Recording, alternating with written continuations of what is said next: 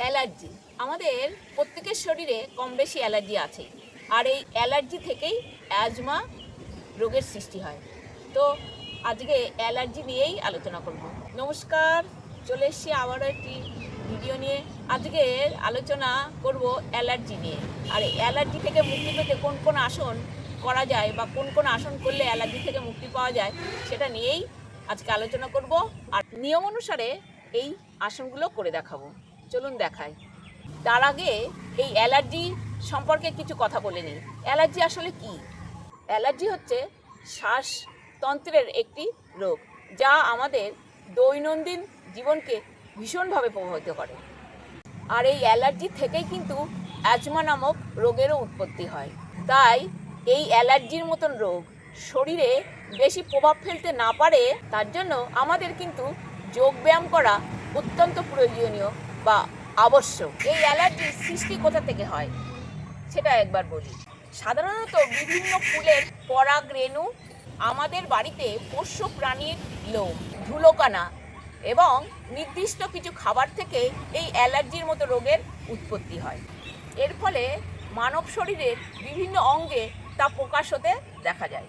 যেমন ত্বকে লালচে দাগ, চুলকানি, ছোট ছোট ফুসকুড়ি, শ্বাসতন্ত্রে হাঁচি, নাক দিয়ে জল পড়া, শ্বাসকষ্ট, এছাড়াও চোখ লাল হয়ে যাওয়া, সেই সঙ্গে চোখ দিয়ে জলও পড়া। এই সমস্ত উপসর্গ থেকে মুক্তি পেতে চলুন করে দেখাই আসনগুলো।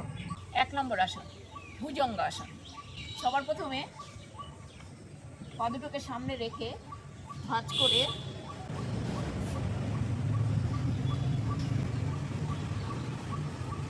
সবার প্রথমে বুট হয়ে শুয়ে পড়তে হবে। হাত দুটোকে দুই পাশে কাঁধের সমান সমান রেখে পা দুটোকে পেছন দিকে লম্বা করে মাটিতে স্পর্শ হবে, পায়ের পাতাও মাটিতে লেগে থাকবে, পা জোড়া হবে। এইবার সামনের থেকে মাথা, বুক তুলে পেছন দিকে ব্যান্ড করতে হবে। এই অবস্থায় আপনাদেরকে স্বাভাবিক শ্বাস প্রশ্বাস রেখে 20 থেকে 30 সেকেন্ড পর্যন্ত হোল্ড করে থাকতে হবে। যতটা পারবেন পেছন দিকে ব্যান্ড করার চেষ্টা করবেন। তারপরে পূর্বের অবস্থায় ফিরে আসতে হবে।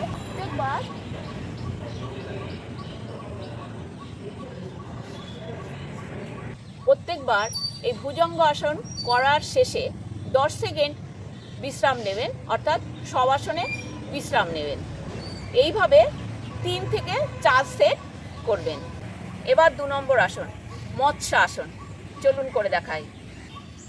সবার প্রথমে মেঝেতে পা দুটোকে সামনের দিকে লম্বা করে ছড়িয়ে দিতে হবে। তারপরে ডান পাকে হাঁটু থেকে ভাঁজ করে বাম পায়ের পায়ে তুলে, বাঁ পাটাকে ডান পায়ের পায়ে তুলে পদ্মাসন করতে হবে। পদ্মাসন করে ডান কোনোটা মাটিতে ফেলে, এদিকেও বাঁ কোনোটা মাটিতে ফেলে এইভাবে মেঝেতে শুয়ে পড়তে হবে। তারপরে হাত দুটোকে সামনে নিয়ে এসে দুই কাঁধের সাইডে রেখে পিঠ থেকে একটু উঁচু করে মাথার তালুটাকে মাটিতে লাগিয়ে, যতটা পারবেন মাটিতে লাগিয়ে বুকটাকে উপরে ঠেলে তুলে দুই হাত দিয়ে দুই পায়ে দুই আঙুলি টেনে ধরে দুই কোনোই মাটিতে লাগানোর চেষ্টা করবেন। এই অবস্থায় 20 থেকে 30 সেকেন্ড হোল্ড করবেন এবং শ্বাস প্রশ্বাস স্বাভাবিক রাখবেন। মনে রাখবেন এই অবস্থায় হাঁটু দুটো যেন মাটিতে লেগে থাকে। যতটা পারবেন বুকটাকে উপরের দিকে তোলার চেষ্টা করবেন। তারপরে আবার পূর্বের অবস্থায় আবার আসবেন। এই মৎস্যাসন প্রত্যেকবার করার পরে 10 সেকেন্ড শবাসন করবেন। এইভাবে 3 থেকে 4 সেট, অর্থাৎ 4 বার করবেন।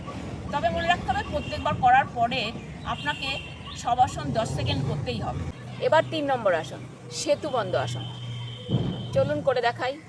সবার প্রথমে ডান দিকে ঘুরে গিয়ে পা দুটোকে সামনের দিকে মেঝেতে ছড়িয়ে বসে শুয়ে পড়তে হবে। এইভাবে শুয়ে পড়লাম। শুয়ে পড়ার পরে পা দুটোকে হাঁটু থেকে ভাঁজ করে নিজের দিকে নিয়ে আসতে হবে। দুটো পাকে সাইডে রেখে হাত দুটোকে পায়ের সঙ্গে, যারা পা ধরতে পারবেন তারা তো খুবই ভালো, আর যারা ধরতে পারবেন না মাটিতে পাতিয়ে রাখবেন, হাতের তালুটা মাটির সাথেই লেগে থাকবে। তারপরে পায়ের উপরে ভর দিয়ে কোমর থেকে উপরের দিকে ফেলে এইভাবে তুলতে হবে। কাঁধের উপরে বডিটা থাকবে, যতটা পারবেন ফেলে তুলবেন। এই অবস্থায় স্বাভাবিক শ্বাস প্রশ্বাস রেখে 10 থেকে 12 সেকেন্ড পর্যন্ত হোল্ড করবেন।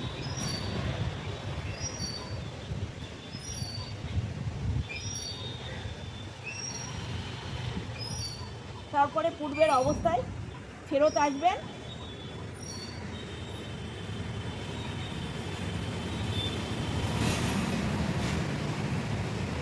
এই সেতুবন্ধ আসন প্রত্যেকবার করার পরে 5 সেকেন্ড পর্যন্ত বিশ্রাম নেবেন অথবা 5 সেকেন্ড শবাসন করবেন।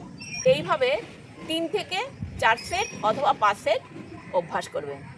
এবার পরবর্তী 4 নম্বর আসন বালা আসন। চলুন করে দেখায়। সবার প্রথমে ডান দিকে ঘুরে গেলাম, ঘুরে বসলাম, পা দুটো সামনের দিকে ছড়িয়ে দিয়েছি। এবার পা ভাঁজ করে হাঁটুর উপরে ভর দিয়ে নিচের গোড়ালির উপরে বসুন। তারপরে বজ্রাসনের মতন দেখতে লাগবে। তারপরে দুই সাইড থেকে দুটো হাত মাথার উপরে তুলে আপনার মাথা সামনের দিকে ঝুঁকুন। পেট ও বুক যেন আপনার জাংকে স্পর্শ করে আর আপনার কপাল যেন মাটিতে স্পর্শ করে। হাত দুটোকে সামনে পারেন যতটা সামনের দিকে এগিয়ে দিন। এই অবস্থায় আপনি 1 মিনিট থেকে 3 মিনিট পর্যন্ত হোল্ড করে থাকতে পারেন।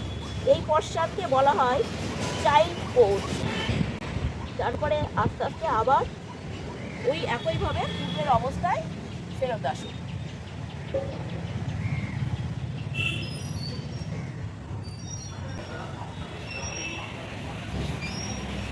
এই বালাসন করার পরে শবাসন করবেন বা কিছুক্ষণ বিশ্রাম করবেন।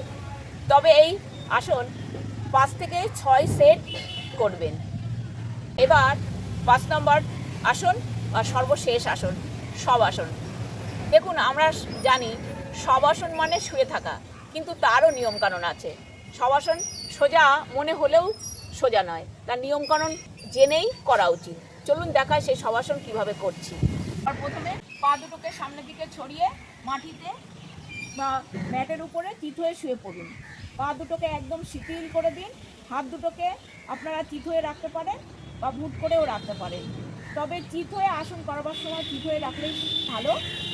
আর হাত পা শরীর থেকে একদম ছেড়ে দিন। শ্বাস প্রশ্বাস একদম স্বাভাবিক। শরীর থেকে মনে হবে যেন পুরো শরীর আলগা। এইভাবে আপনারা বিশ্রাম করুন। তবে শবাসন করবার সময় চোখ বন্ধ রাখবেন। আপনাদেরকে একটা কথা বলে রাখি, শবাসন যে সমস্ত আসন চিত হয়ে করার, সেই আসন করার শেষে শবাসন চিত হয়ে করবেন। এবার এইভাবে আবার আপনাদেরকে পূর্বের অবস্থায় ফেরত আসতে হবে। যে সমস্ত আসন আমরা ভূত বা উবু হয়ে করি, সেই সমস্ত আসন করার শেষে ভূত বা উবু হয়ে শবাসন করা উচিত। চলুন সেটা দেখাই। সবার প্রথমে ভূত হয়ে আমরা শুয়ে পড়লাম। এইভাবে হাত দুটোকে শরীরের 2 সাইডে রাখবো, মাথাটাকে যে কোনো সাইডে কাত করে রাখবো। হাত দুটো আপনারা চিত হয়ে যেভাবে সুবিধা সেইভাবেই রাখবেন, কারণ শবাসন হচ্ছে শরীরকে শিথিল করা। একটা মৃত মানুষ যেভাবে শুয়ে থাকে ঠিক সেরকমভাবেই দেখতে লাগে। এবার চোখ বন্ধ, হাত পা পুরো ছেড়ে দিন বডির থেকে। এইভাবে বিশ্রাম করুন।